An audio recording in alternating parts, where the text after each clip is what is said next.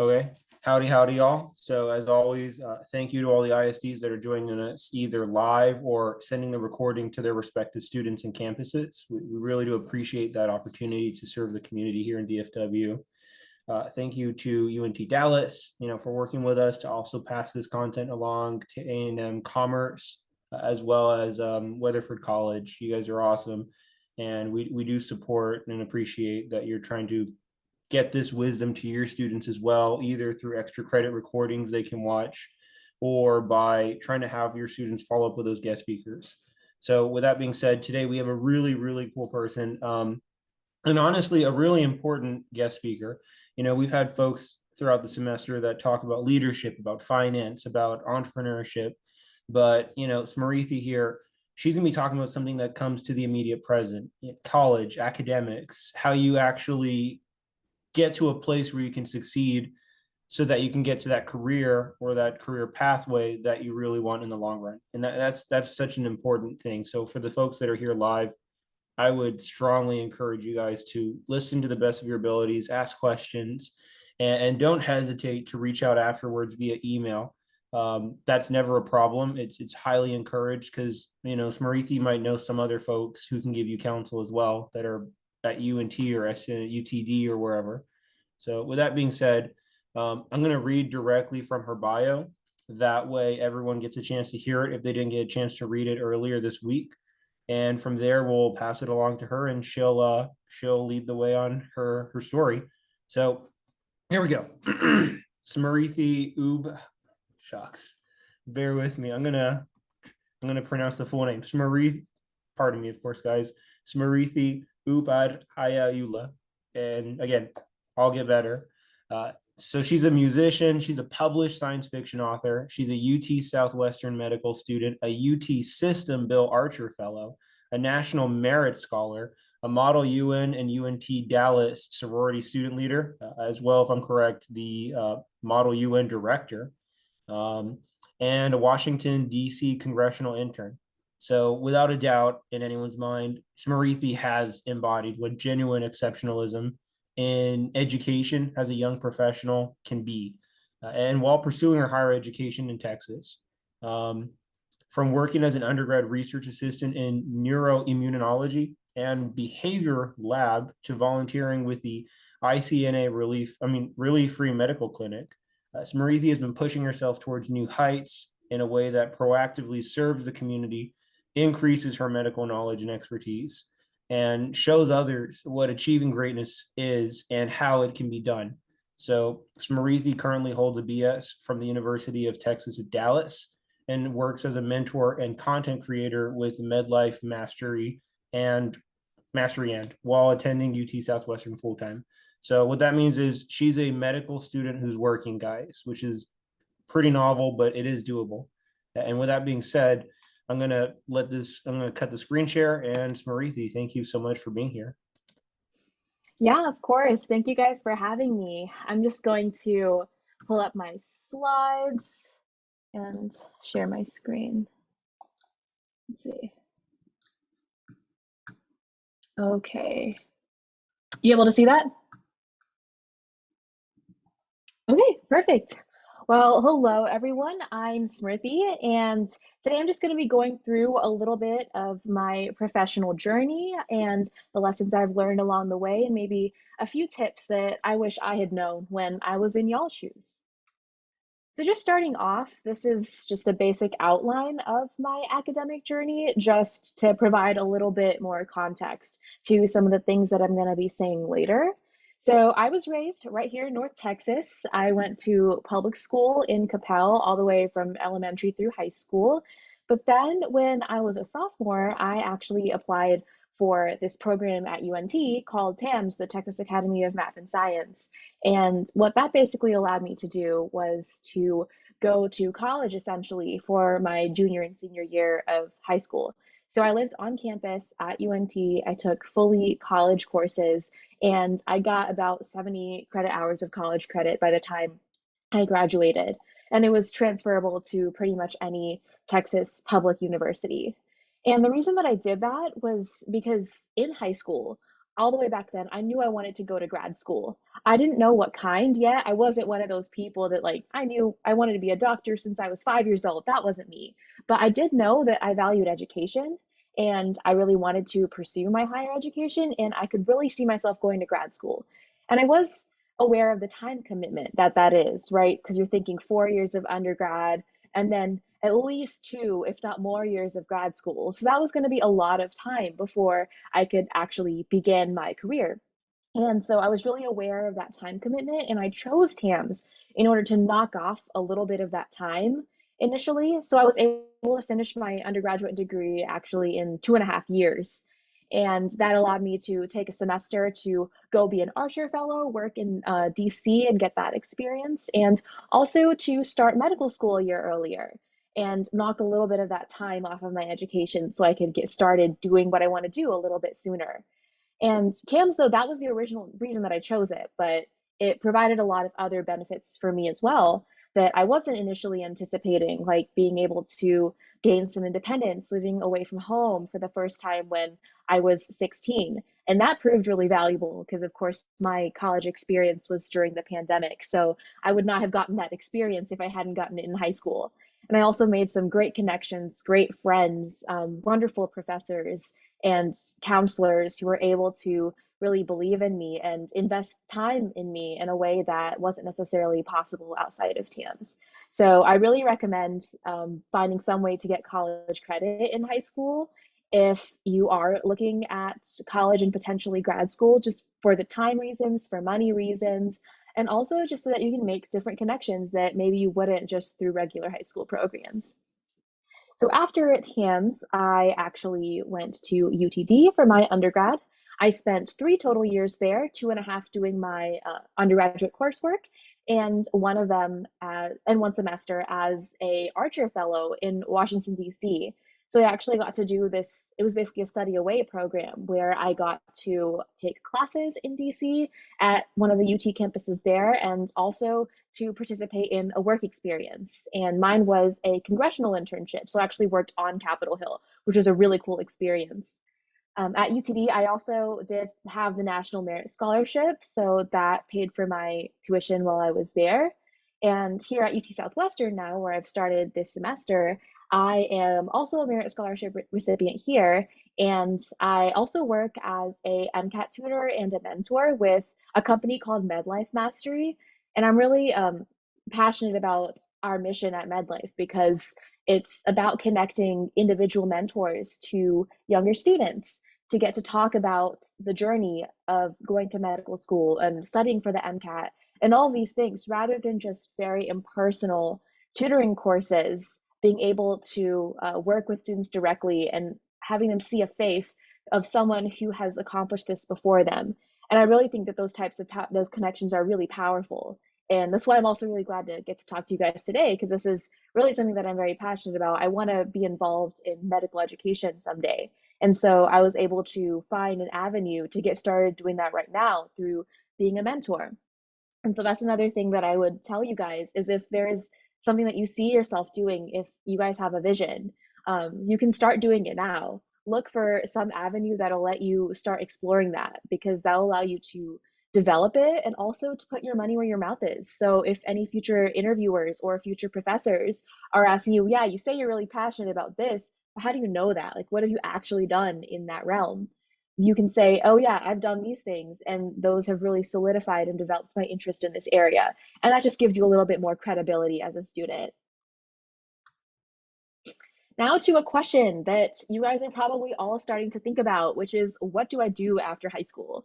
And this is kind of a scary question sometimes, right? Because it's the first time in your life that the answer isn't perfectly structured. Because until now, right, you progress from one grade to the next grade and it's all very structured and very laid out for you. But after high school, you have options.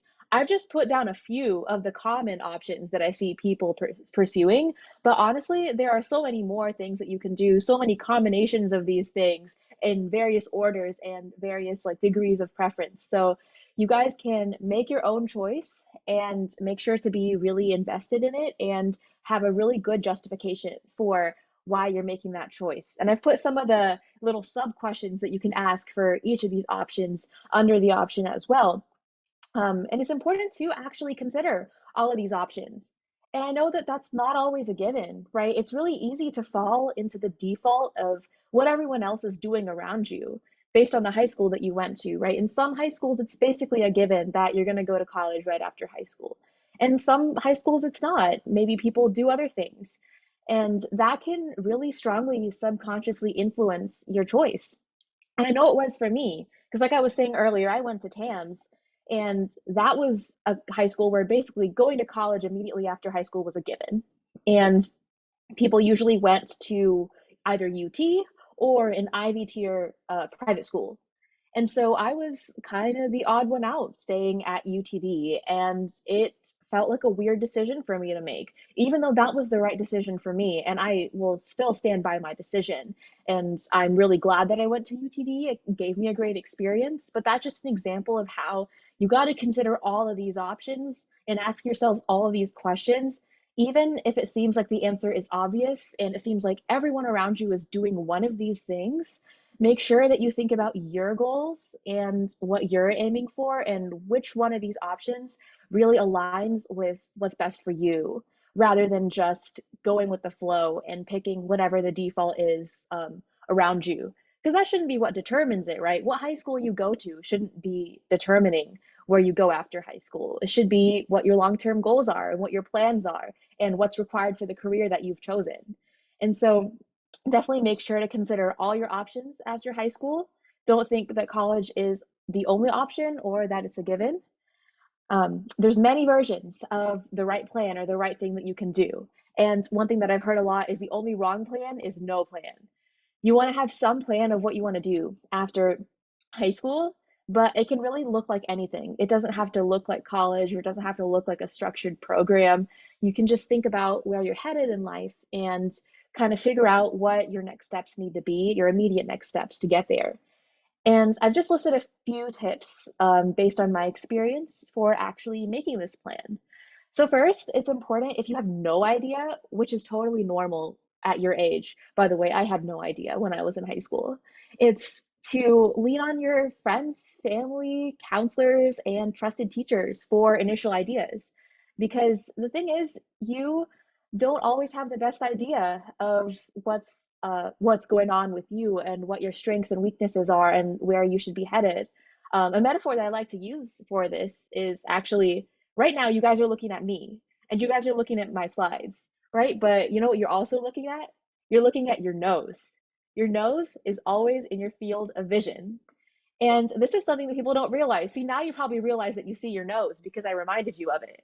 But on a normal everyday basis, you're not thinking about the fact that you're looking at your nose because you're always seeing your nose, right?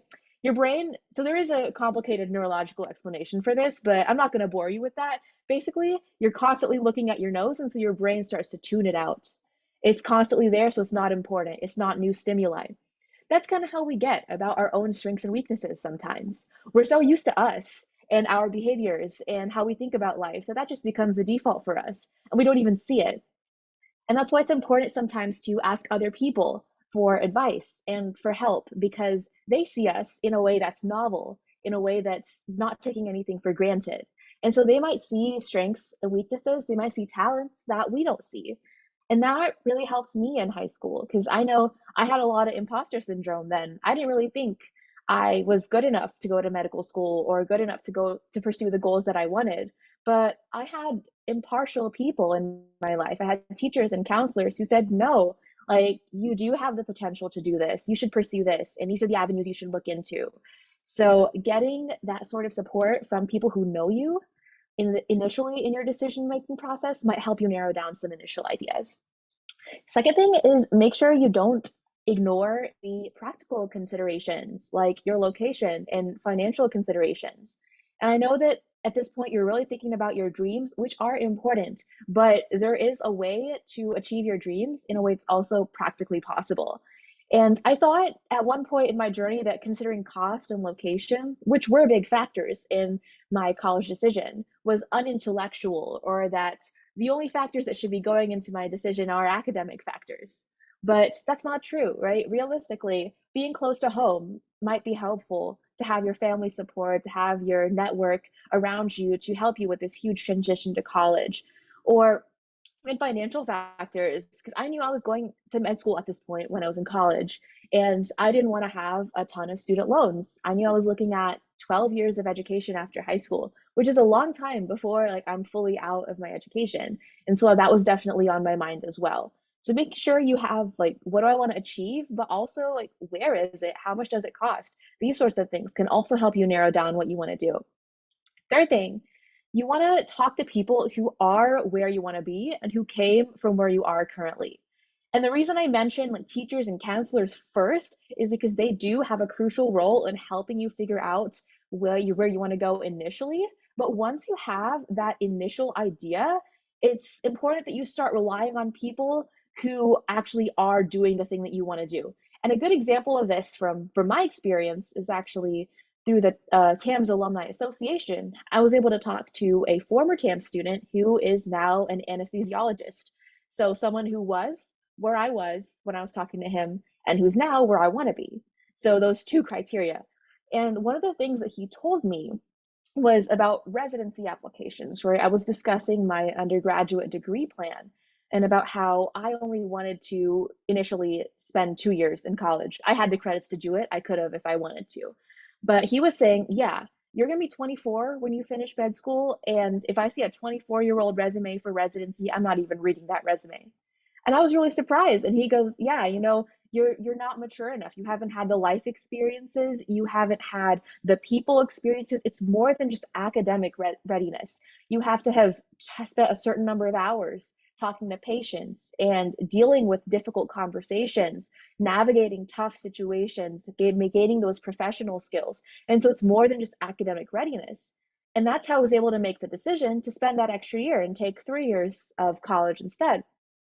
And that's not realistic knowledge for a school counselor or whoever you're talking to know, right? You need to talk to someone who is in that very specific domain and who even interviews people for that very specific job that you want in order to know those specific details, because it's not realistic for one person to have that specific and up-to-date level of knowledge on every single field. So you're going to want to talk to someone who's in that specific field who can give you that knowledge for what you want to do specifically. Now, I went through my alumni association, but you might be thinking, well, what if I don't have those types of connections? That's perfectly fine. You can go on LinkedIn, find people, and you can cold call and cold message. That is okay. And the worst thing that can happen is you don't get a response, right? But you will get responses, maybe more than you expect. Because I find that people that have made it, that have gotten into the competitive programs, that are like doing the jobs that you want to do, generally want to give back. They're generally passionate about their field and are excited when younger people are interested in their field. The only thing you want to do when you're messaging people like this is to respect their time, right? You want to be very specific with what your ask is, and you want to be very specific about why you're messaging them specifically so that they feel that you're wanting their advice and that you value their journey rather than just mass emailing a bunch of people. The only thing that I would say not to do would be the paid college or application advising services. I just don't recommend those because I use them myself for college applications and for medical school applications. And I just feel like they're extremely expensive, and mainly what they help you with is writing. So especially if you're already confident in your writing skills, or if you have like a trusted English teacher or someone that can point you in the right direction with your essay writing, I wouldn't say that the application coaching services are really worth it. Definitely lean more on your teachers, your counselors, and people who have walked the walk, who have done their journey that you are wanting to do. The other thing I would say, though, related to that is there are some successful like college or grad students who have small businesses where they read your essays. Those tend to be a lot more affordable and also more useful, in my opinion, because they're actual people who have succeeded in this. So if you are wanting someone to read your essay and give you detailed feedback, I would definitely recommend someone who's been through the admissions process themselves. Okay, fourth thing is don't be afraid of the big questions. And what I mean by the big questions are, what do I want to accomplish in life? What does success mean to me? And now I want to point out these are different from the what do I want to be when I grow up question. These are more nuanced. These are more related to your vision than your profession. So what I mean by this is if you ask me like what do I want to be when I grow up? I would say I want to be a doctor. But if you ask me what my vision is for my future, I want to accomplish inspiring future healthcare providers. I want to help members of my community feel heard, feel seen, and feel more comfortable and healthy in their bodies. So that's more of a vision. That's more specific, and that's how I measure my success. And also, if you notice, doctor isn't the only profession through which I could accomplish that vision. I could have chosen to be a different type of healthcare provider. I could have chosen to be a health educator or a nutritionist. There's so many different options that would allow me to achieve that vision, right? So that's why figuring out your vision is an important first step, because then you can look at, okay, what are my career paths? What are the possibilities that would allow me to accomplish this vision? And another thing that you can do to kind of make this more concrete is to work backwards from your ideal life. And I know it's really early. I know you guys are still really young and might not know a ton about how you want this to look, but try planning out your dream life. Just like, where do you work? Where do you live? Who do you live with? How much do you work? Do you live in a house or an apartment? Do you have kids or no kids? Do you travel or do you stay relatively stationary in the same place? And these sorts of things, like these life questions, you can answer them now in a way that allows you to work off of it later. Obviously, this will change. I've changed so much. I started asking these questions in high school, and now my answers have already changed. They change almost every year. And that's normal because you're constantly learning and growing and changing your criteria. But it is helpful to at least have an answer to these questions, even if it's not your permanent, definitely I'm going to follow this answer. And the reason is because that helps you make decisions about your career and make them in a way that you can justify concretely. For example, like I know that I don't want to be a surgeon because like traveling and family time and all those sorts of things are important to me. And I know that like realistically an 80 to 100-hour work week is not what I want for myself. And so thinking about those types of decisions and how will your career path influence other things in your life? What sacrifices will you have to make for one or the other? Might also help you make decisions if you're not certain what you want to do. Because those types of factors are almost just as important as the intellectual factors, the academic factors. So making sure that you're really putting together a complete picture of what you want your future to look like. Okay, now moving on to after you've made your choice. I'm going to be talking about college because that's the choice that I made.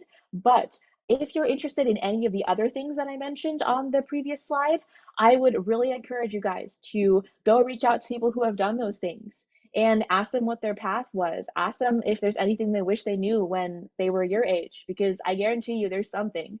So definitely reach out to people who have done the other options if that is more of your thing. But since college is what I did, that's what I'm going to be talking about now. So I went to UT Dallas, and honestly, if I'm being perfectly straightforward, one of the main reasons that I went there was financial reasons. They did give me a full ride through the National Merit Scholarship. And the reason I wanted to do the National Merit Scholarship was because it was very clear, right? It's based on your PSAT. You get a certain score on the PSAT, you're probably going to get the National Merit Scholarship. It was just very transparent. It gave me a goal to work towards, and that is really how I like to work. I like to have a specific goal. Like, okay, we're going to get this score, and then we get this reward. And it was also close to home. And that was really helpful to get like emotional and physical support from my family because they were able to help me move in. They were able to help me with my groceries, things like that, to just allow me to focus more on my education. And another thing about UTD that helped me choose it, you've probably heard people make fun of UTD because we don't have a football team. But for me, what that meant was all that money was actually being spent on things that matter more to me, like STEM programs, like Model UN, like our wonderful EMT training program that was on campus at UTD, which I think is so great for pre-meds and also people interested in going into EMS.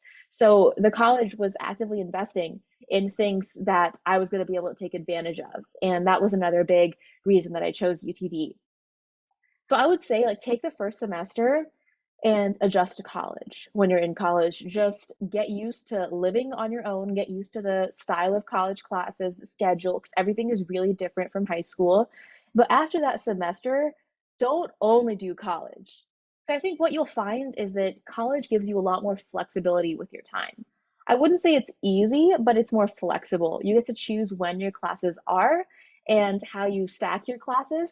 So that allows you the chance to not only do college. I would say like pick other things that are related to your career goals that you can also do. So some examples of the things that I did was I did the EMT program at UTD. So I was able to get hands-on patient care experience, meet other pre-meds, and also just get used to a little bit more of the medical terminology, the jargon, and some of the basics.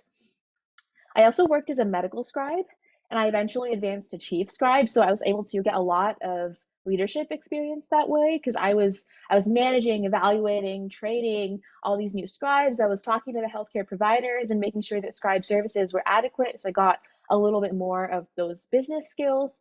So being able to have that leadership position outside of school was really valuable for me as well. And also, community service is really important. So I was able to volunteer at a local free clinic, and that gave me more clinical experience and also just the opportunity to step out from the pre med world a little bit and see what I was aiming towards, get a taste of what it was going to be like to be a healthcare provider, which was very rewarding for me. And like I talked about before, I was able to do the Archer Fellowship where I went and worked on Capitol Hill for a semester, which was kind of different from my regular pre med stuff, but really rewarding in its own way because I got to see more from the health policy standpoint how that happens and how healthcare professionals can communicate with lawmakers to create effective and positive change in health policy. Now, moving on to hobbies, I would say that those are important. The reason I mention this on this slide is because it is important for you to do something completely unrelated to your career goals. It's good for your soul, it keeps you sane, first of all, but also it's good for you as a professional, especially when you shift your balance from more consumption based, excuse me, to production based hobbies. And what I mean by that is like the things we do in our free time are really divided up in two main ways, right? Are we producing something or are we consuming something? No, I'm not saying that I'm a robot. I have consumption based hobbies too. I'm also on TikTok and Instagram and I watch TV and all these things where I'm not really doing anything useful. Like that's definitely a part of my life. But I make sure that I balance those consumption based hobbies with more production based hobbies. And I've listed some of those below. So I worked for this nonprofit called Melodies for Math, where I basically wrote songs to help teach kids math. And that was something like really fun that I got to do because I love music and also got to kind of give back and help kids understand math. I was also a VP at one point of our award-winning Model UN team. That's obviously not related to medicine, but that was really rewarding. I made some of my best friends through Model UN, and I really was able to improve my public speaking skills. I was also a flute soloist in our chamber orchestra at UTD. And when I tell you, like most of my interviews that I've ever had in my life, they have started with them asking, "Oh, so tell me more about your science fiction novel." Interviewers see that I'm a published science fiction novelist on my resume, and that stands out as something that's unusual or unique for a medical student. And that's a really great conversation starter. It helps humanize me, it helps me stand out. So, all of those sorts of professional benefits are also there for just doing things that are outside of your career. It also just brings you into contact with interesting groups of people. Like the people that I meet in medicine are not the same types of people that I would meet at Model UN, more like international relations, diplomacy focused people who, yet again, are not the same types of people I would meet in a chamber music environment who are more like classical music oriented people. So that gave me like a really diverse circle of friends so that I could really keep my perspective outside of just medicine. Because I know that medicine tends to be a very tunnel vision inducing activity because all you do is medicine, medicine, medicine all day. So having hobbies and interests outside of medicine would help rejuvenate me in that way and still keep connections to those communities outside of medicine. Now getting more into the practicalities of actually learning in college. So learning, you're going to be doing a lot more of in college and maybe a lot harder stuff. So I just thought I would touch on really briefly how to learn, because I don't think that's talked about enough. They just sort of give you content and say, learn this. But it's also important to think about how you're going to learn effectively.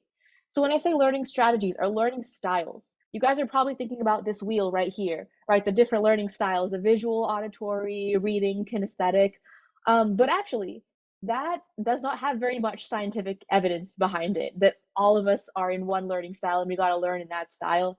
I used to really believe very strongly in this. I used to think like, I am an auditory learner. I like listening to lectures and I like taking notes on those lectures, and that is how I learn. And I was really married to that learning style, really almost until med school, until this semester, when we started learning things like biochemical pathways, where you have different categories of things that each have certain traits. And those are just better represented in flowcharts or tables. And just writing things down in words doesn't capture the information in the same way as a table would. A table is just a vastly superior way of organizing the information in cases like that. And so I had to really come to terms with the fact that, hey, maybe this is something where it would actually be more effective for me to be a visual learner and to start drawing out flowcharts and tables. And that really helps me. And that's when I started reading more about learning science and realizing that, we all learn by some combination of reading, watching, and doing. None of us are exclusively one of these learning styles. That would be problematic because different types of content that you learn require different modalities of learning. And so I'm going to kind of give an example of what this means based on something that happened during our orientation actually this year for med school. We had this college basketball tournament between our different colleges of the medical school. And of course, like we're all medical students, none of us are really basketball experts or really great at basketball. And so we had a very short period of time, like half a day, to get good at basketball for our college basketball tournament. And we really cared about this because it was our first impression with our teams, and all of us wanted to prove that our college was better. But we weren't really great at basketball. And so there's three possible ways, right, that you could try and getting better at basketball. First way would be reading, right? You want to read about the rules of the game, you read about technique, maybe read about physics to see how the ball moves and how you can take advantage of that. There's second option, you could watch the pros, learn from them and see how they're doing it. And third option, you just get out on the court and you start shooting hoops. You start practicing and you see what you're doing well, see what you're doing wrong, you adjust and you improve from there. So what did we do as we had one day to prepare for this basketball tournament? The third option, right? None of us were sitting there reading books about basketball. We all got on the court and we started practicing our basketball skills. And we got better. Not great, but we got better than we were at the beginning. And that's just instinctual, right? If you think about physical skills like sports, we really naturally learn them by doing. So why is it that when it comes to more academic skills, we tend to learn by reading and watching? These are less effective ways of learning. So when you're in college, you're going to want to try and move your learning style more from the reading and watching that we all learned to do in grade school to the doing. And that means less reading the textbook and highlighting and more flashcards, practice questions, diagramming relationships, writing out terms and definitions in your own words, and making sure that you really own the material and you're not just reading the material and able to reproduce it. Because this will help you build on your knowledge in the future, help you remember things beyond the exam, and it'll help make future courses more easy for you because you have the basics intact and you're not relearning things every semester. This was really revolutionary for me this semester starting med school. So I was able to realize that, hey, I don't need to read and highlight and reread as much if I just on my first pass make sure that I'm really gaining ownership of this material by putting it in my own words, by drawing tables, by making my own flashcards and reviewing them, flagging the flashcards that I'm bad at, putting them on my bathroom mirror if I have to, if there's a flashcard that's really giving me a lot of trouble. So that sort of active learning by doing, taking the material and putting it in your life, sometimes physically with flashcards if you want to, really helps you learn faster, more efficiently, so you spend less time studying and you have more time to do the other things that you want to do in college. Now, the other thing that you're going to want to do in college, besides just learning, is of course developing your professional skills. And one piece of advice that I would give for this is decide what specific skill you want to improve. So a lot of people say, I want to get better at networking or I want to get better at my professional skills. But define what is the specific skill that you feel like you're lacking and that you want to improve your career readiness. And for me, that skill was interacting.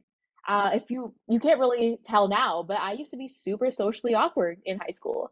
I could barely interact with other people. I didn't know what to say. I was a classic nerd. I always spent my time reading books. I didn't really talk to people.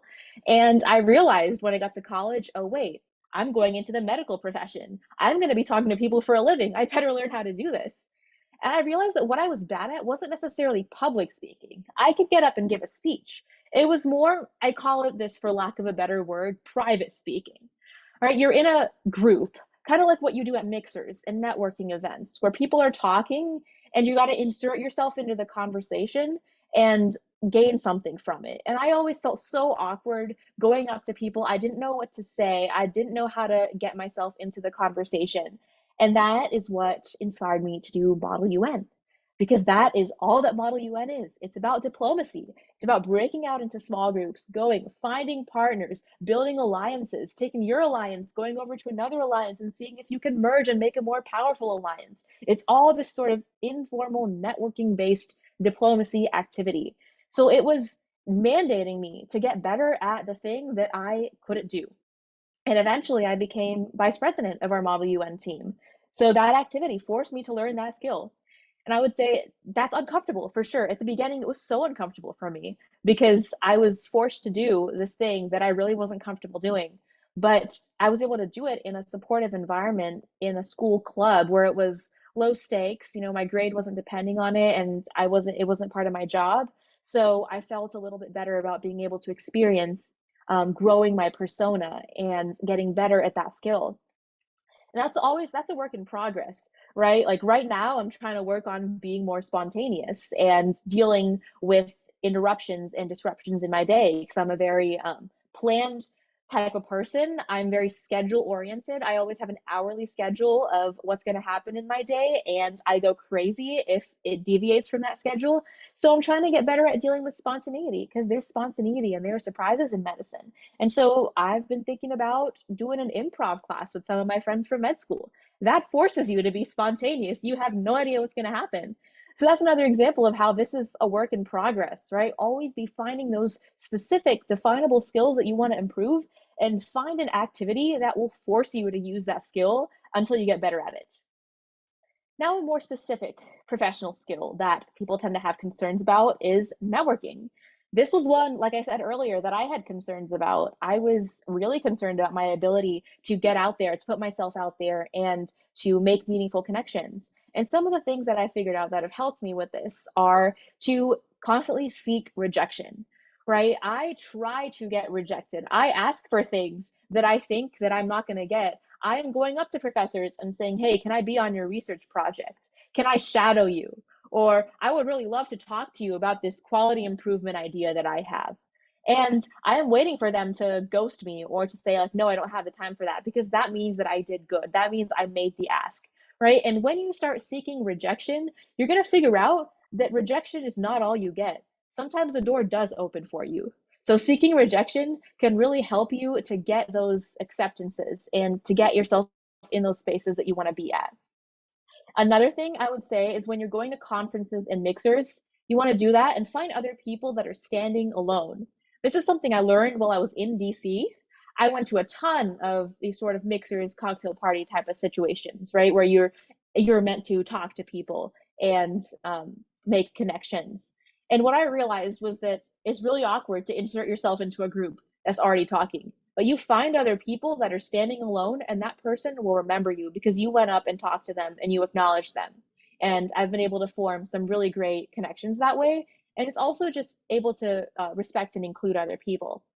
Like I mentioned earlier, I want to reiterate this because it's really important. Don't underestimate cold calling, cold emailing, and cold LinkedIn messaging. I have definitely sent hundreds of emails at this point to research professors, to doctors, asking for everything from specialty advice to shadowing to research. And yes, I've gotten so many rejections and so many no responses, but I've also gotten so many responses. And that's how I've met some of my greatest mentors. Like one of the reasons I chose UT Southwestern is because I realized the professors at UT Southwestern were the ones who replied to me before I was a student here. They replied to a random college student asking about medicine. And that really told me something about their values. That really told me something about the institution and how it cares about recruiting people into the field and really making sure that you come in well informed. And kind of on that note, pay it forward. be that person for people coming after you, that's something that I always try to do now. Like I try whenever there's a pre-med or a high schooler that LinkedIn messages me, I get back to them. And I ask them, hey, if you ever want to chat about medicine, if you want to talk about the future of the field, if you want to talk about applications, I'm here for you because I know that I would not be here where I am today without people that answered and that were willing to talk to me, even though they didn't know who I was and weren't getting anything out of it immediately. And that also really it helps revitalize you, and it helps you remember where you were and how much you wanted to be where you are right now. It helps you stay grateful and stay really on top of things in your field. Also helps you just meet some really cool people, and it's just a generally nice thing to do. So I definitely recommend when you're in the position to do so to pay it forward to the next generation of people who are pursuing whatever it is you wanting to pursue.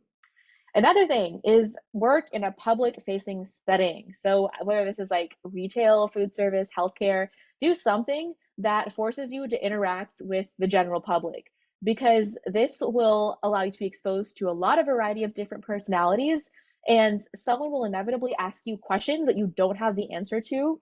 When I was a pre-med working in the ER, I got so many medical questions and I had to say like I have no medical training. I have no idea. But giving that response in a way that is professional, in a way that provides people with the resources to get the information that they want is really helpful because you're able to apply your knowledge and also deal with not having the knowledge and not having the answer in a way that is graceful and professional. This just really improves your communication skills. It gives you great experiences to write about and talk about in interviews. And it's just all in all good for your development. So I would definitely recommend that. And then final thing about professional skills is to be open to opportunities, even if they're not exactly what you're looking for at the time. And for me, that was my congressional internship. So when I was applying for internships through Archer, I was trying to get in a health policy related think tank or something more like directly tied to healthcare. But the internship that ended up getting was on Capitol Hill, which didn't seem really immediately applicable to me. But I was able to make it work and I was able to make it a really great experience for me. And that was because I told them what my goals were and I sought out projects that were related to my goals. So I was like, you know what, I'm a future medical student and I would really like to work on the health issues. And I found out that that congressional office that I was in was working on a Medicare Medicaid fraud bill. And they allowed me to start doing some research and drafting text for advertising that. So because I was open to that opportunity and I still looked for a way to learn from it, even though it wasn't exactly what I was looking for, I was able to still have a good experience and gain different skills that maybe I wasn't expecting to. So that was pretty important for me there. Okay, and so beyond college, I would say it's also important to be satisfied with your vision. Keep updating it. That vision that we talked about earlier, that's important in order to find where you're going and update it with new information. So I thought I wanted to do emergency medicine for a while, but then I ended up switching to anesthesiology because that seemed to be more applicable to what I was wanting to do as I gained more information about medicine. This is a term that I stole from a lecture we recently had in med school about mentorship, but build your career board of directors. So you want to have different mentors for different aspects of your life, right? So I have an aunt who is a nephrologist, and she is my work-life balance mentor. She is so good at that. She has a great life. She has two very successful kids, successful marriage, but she's also a successful physician. So she's really a great mentor for that, but she can't teach me about anesthesiology specifically because that's not her specialty. So I have another mentor who's an anesthesiologist to help me with that. So it's important to seek out people that are really helpful to you in different ways, and not one person is always going to have all the right answers. So make sure that you're building a diverse list of mentors in all fields. So yeah, in conclusion, these are just a couple of recaps of all the points that I've stated through of today. And now I am ready to take your questions. Okay, awesome. Well, here, give me a sec. Hey, I appreciate you sharing. That was a lot of good intel. And there were actually a couple of things that I hadn't even thought about, such as going to the person in that conference who's by themselves. Because that, yeah, that's an opportunity for you both to kind of bond together in a unique way and like you said, build a relationship that was pretty, yeah, that can go for a while. You guys can kind of joke about, look at that group over there talking or whatever, or just ask, wonder what they're talking about. Let's go check it out as a team versus as singles. But anyway, um, getting in, I know that the classes are going to be hopping out in the next about 8 minutes. So now is the time, guys, throw your questions in the chat, gun it, and then Smrithi can try to pick and choose what she can get as fast as she can. And then again, for the students out there, if you guys have any questions that you really, really want to delve into, definitely feel free to shoot an email to us and we can see what we can do. But with that being said, any questions from the teachers, from the students? Let's hear it.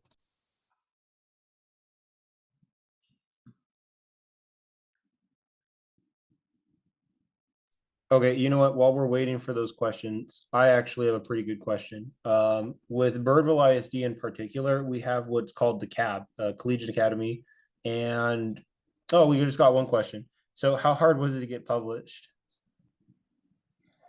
Yeah, let me stop sharing so I can see you guys. Okay, so yeah, getting published for me, I used a hybrid publisher. So it was a little bit less of a strict editorial process than a traditional publishing model would be. So I was able to get published on Amazon through a hybrid publisher pretty easily. I wouldn't say the publishing itself was super difficult.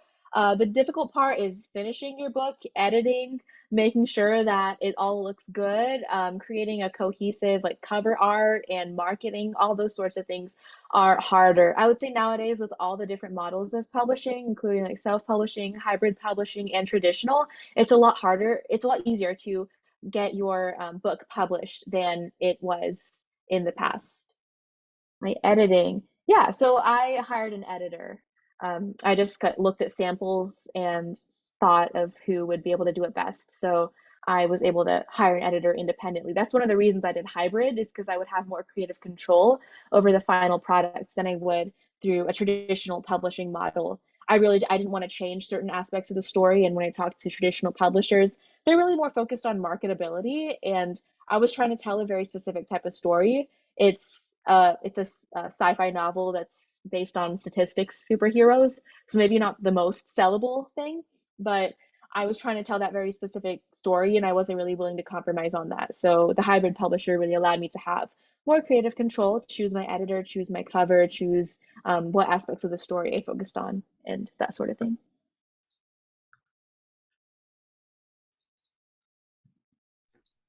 Sweet. So while other students are asking questions, getting back to the question I had, at Birdville ISD at the CAB, most of the students there will be graduating with their associates, which means they're jumping straight into finishing what's left of their undergrad the last 2 years.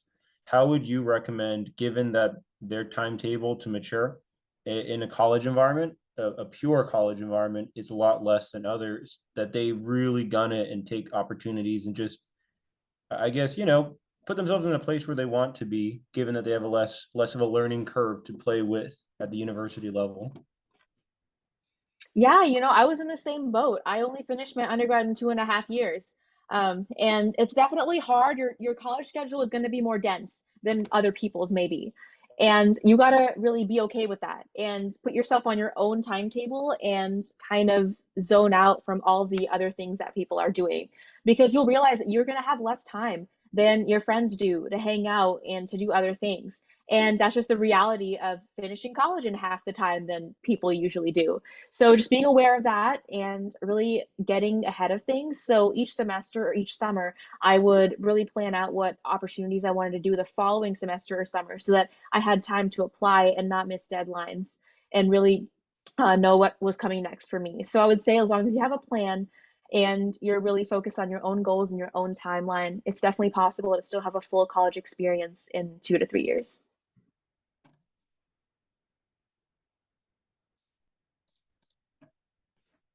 Cool. So we got a couple minutes left. Now is the time, guys, especially if any of you are interested in the medical field. If you don't have any questions at the moment, that's okay. This was a lot of information to take in.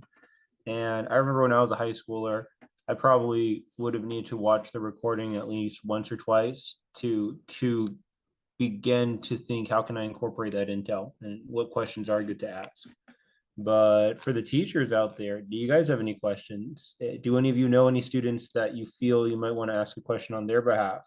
Just, in the last minute or two that we got.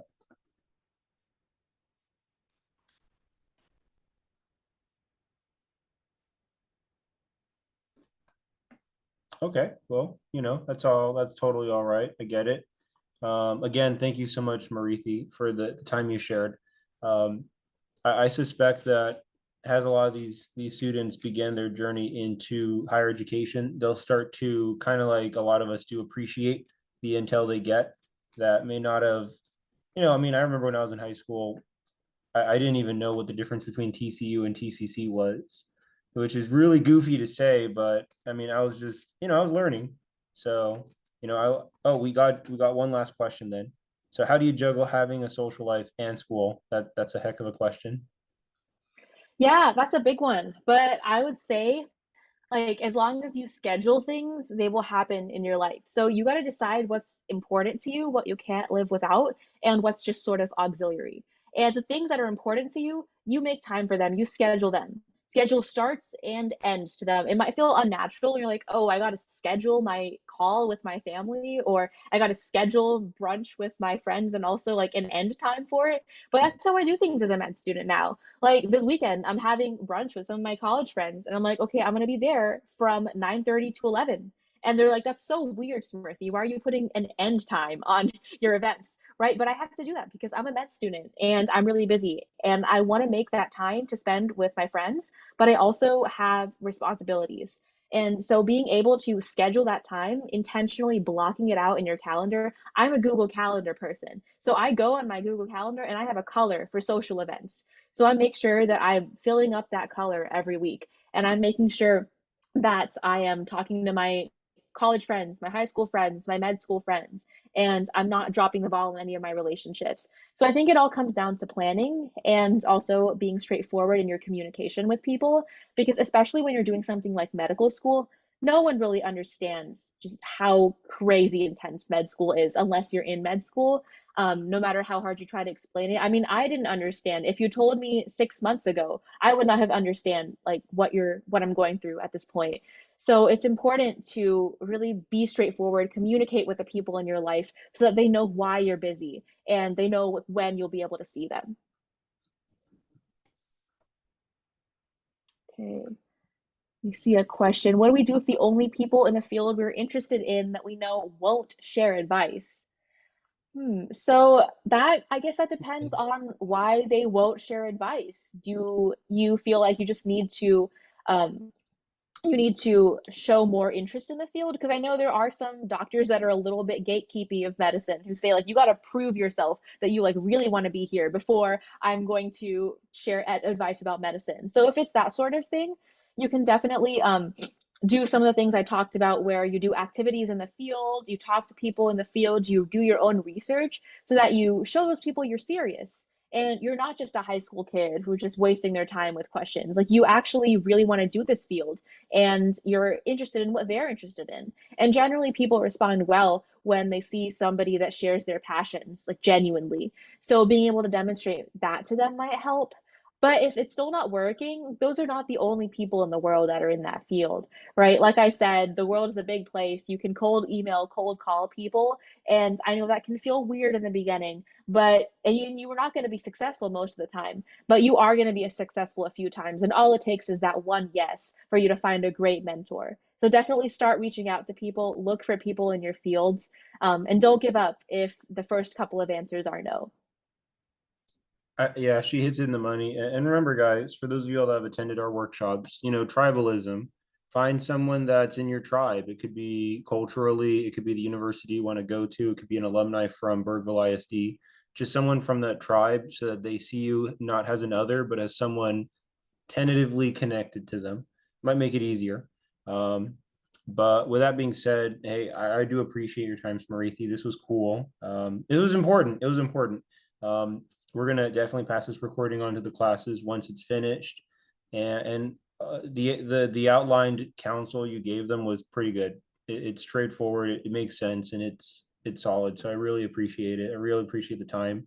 I know you work full that you're working while going to med school, so but we do understand how intense that is and value the sacrifice that you make to share time with other students.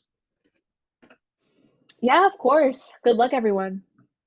Thank you so much. Well, with that, everyone, oh, real quick before I let you guys go, I'm going to screen share one last thing. For those of y'all that have not seen this yet, if you ever want to find the recording, of course, TILBM does share it with your respective ISDs.